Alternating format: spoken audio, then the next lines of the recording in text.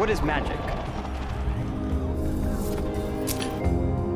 Magic is deception, but deception designed to delight, to entertain, to inspire. It is about belief, Faith. Trust. Without those qualities, magic as an art form would no longer exist. And what would the world be without magic? I'm David Kwong, the magician behind Now You See Me. With this film, we endeavored to create for audiences the feeling of watching any great magic trick, whether it be a large stage illusion or a sleight of hand trick on the street. We instilled into the film mystery, misdirection, and lots of entertainment.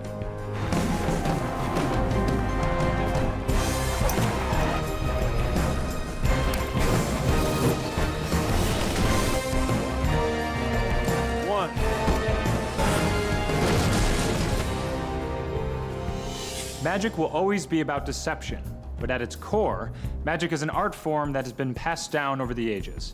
From Keller to Houdini, each generation brings something new to magic and expands the power of myth and illusion.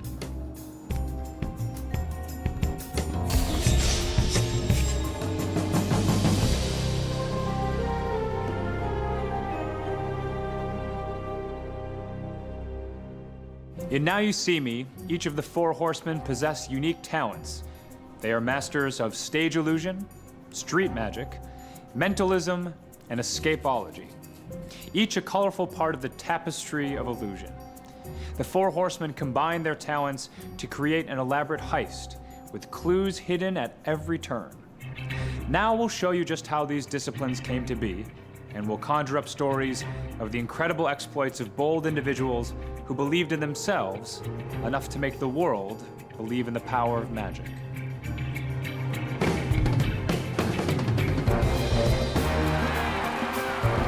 Whatever this grand trick is, it was designed.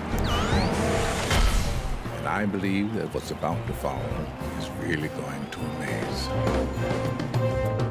Long before magic was brought into your living rooms, the secret language of illusion was passed down through a lineage of conjurers and innovators. The use of deception for entertainment dates back thousands of years. Though we can't be certain, some scholars claim that the ancient Egyptians were performing the cups and balls around 2500 BC. There is also a written account by Roman philosopher Seneca the Younger describing the cups and balls around 45 AD. One early book, often considered to be the first treatise on the mechanics of illusion, appeared in 1584 in Great Britain. The Discovery of Witchcraft by Reginald Scott explains conjurers' tricks as performances rather than supernatural manifestations. But soon after its publication, by order of King James I, every copy of the book that could be found was burned. In the film, we pay homage to many of the greats, but the stage theatrics of the Four Horsemen would not be possible without a clockmaker in Paris who ushered in the modern era of stage magic. A Frenchman by the name of Jean-Eugène Robert Houdin would come to be known as the father of modern magic. In 1840, he opened the Théâtre Robert Houdin in Paris, the first of its kind. His elaborate shows included mechanical automata, electromagnetism, hidden assistants, and elaborately engineered stage tricks that are still performed today. Moreover, Robert Houdin transformed magic from street juggling into an elegant theatrical event. By the late 1800s, stage magic had captured the imagination of audiences all over the world. Alexander Herrmann, the legendary Egyptian hall performer, would be responsible for creating the image often associated with magicians. The top hat, goatee, and tailcoats would be Herman the Great's signature look, the devil in evening clothes. In the early 1900s, stage magic would flourish with the touring show of the mystical Chung Ling Soo.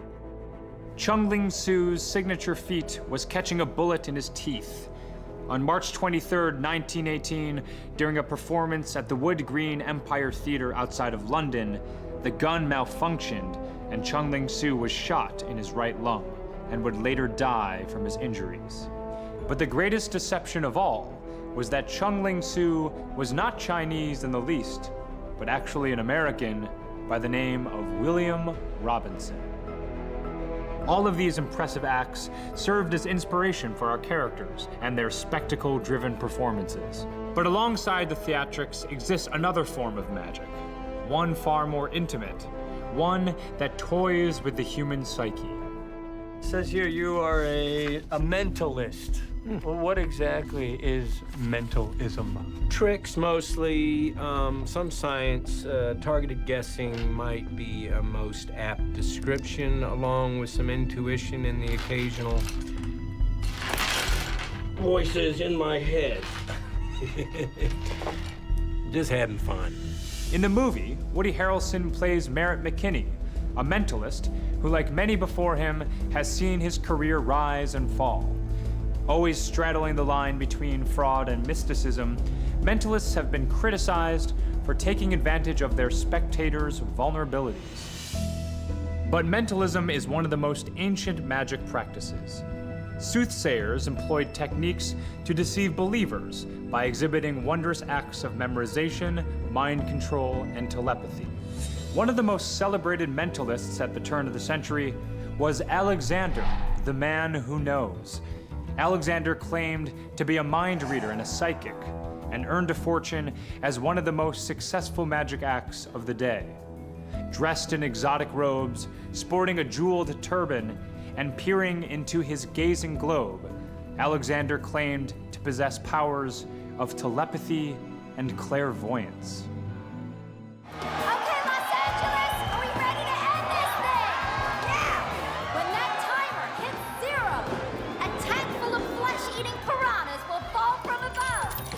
A lady has to have handcuffs, right, girls? 1, 2, 3.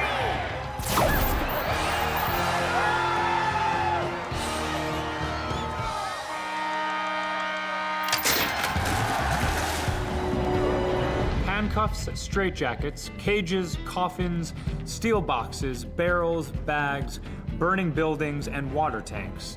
Some of the tools of the venerated class of magicians known as escape artists. This art form would be perfected by the man whose name would become synonymous with magic, Harry Houdini. But before Houdini's time, performers like the Davenport brothers combined escapology with spiritualism. The Davenports would climb inside a spirit cabinet. They would bind themselves with rope, and once inside, they would channel the supernatural world. Strange and eerie noises would emanate from the cabinet, but when the chamber was flung open, the performer would still appear to be tied up. The Davenports traveled across the Americas and Europe, along with a man who called himself the Dean of American Magicians, Harry Keller.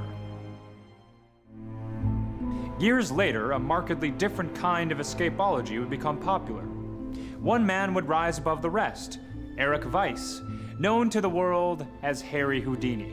Houdini added an I to the name Houdin to emulate the aforementioned great French innovator. Houdini, a brilliant marketer and public performer, ensured that his audiences knew that his escapes had nothing to do with the supernatural, but rather showcased his strength and ingenuity. In the 1920s, Houdini would turn much of his attention to exposing psychics, spiritualists, and mediums who claimed they possessed otherworldly powers.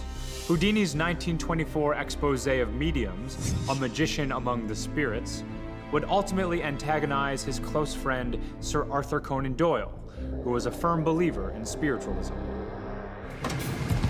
Ladies and gentlemen, I am the next great magician, and I will give $100 to anyone who can tell me how this trick is done.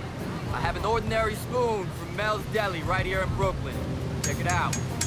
Now everyone, please pay very, very close attention, because I'm about to bend this spoon with my mind.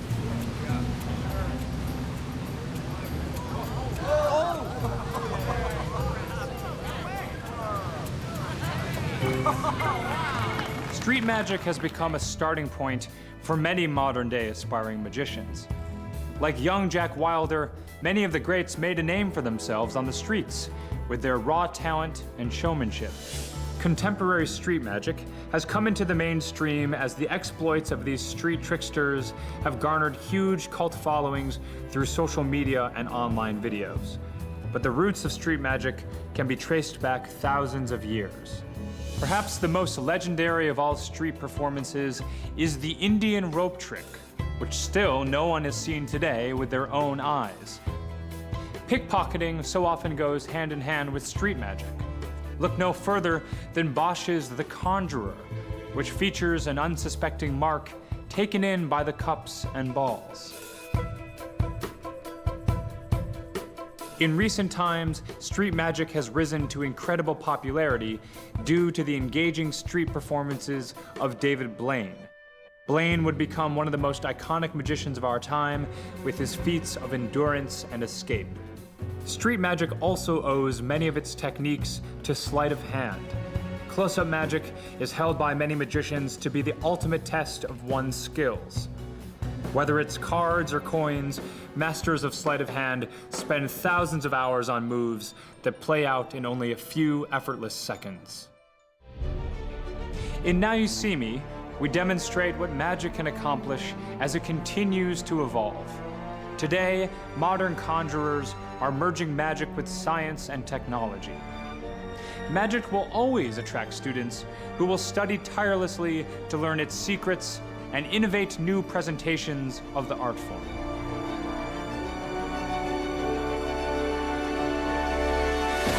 Who doesn't love a good magic trick?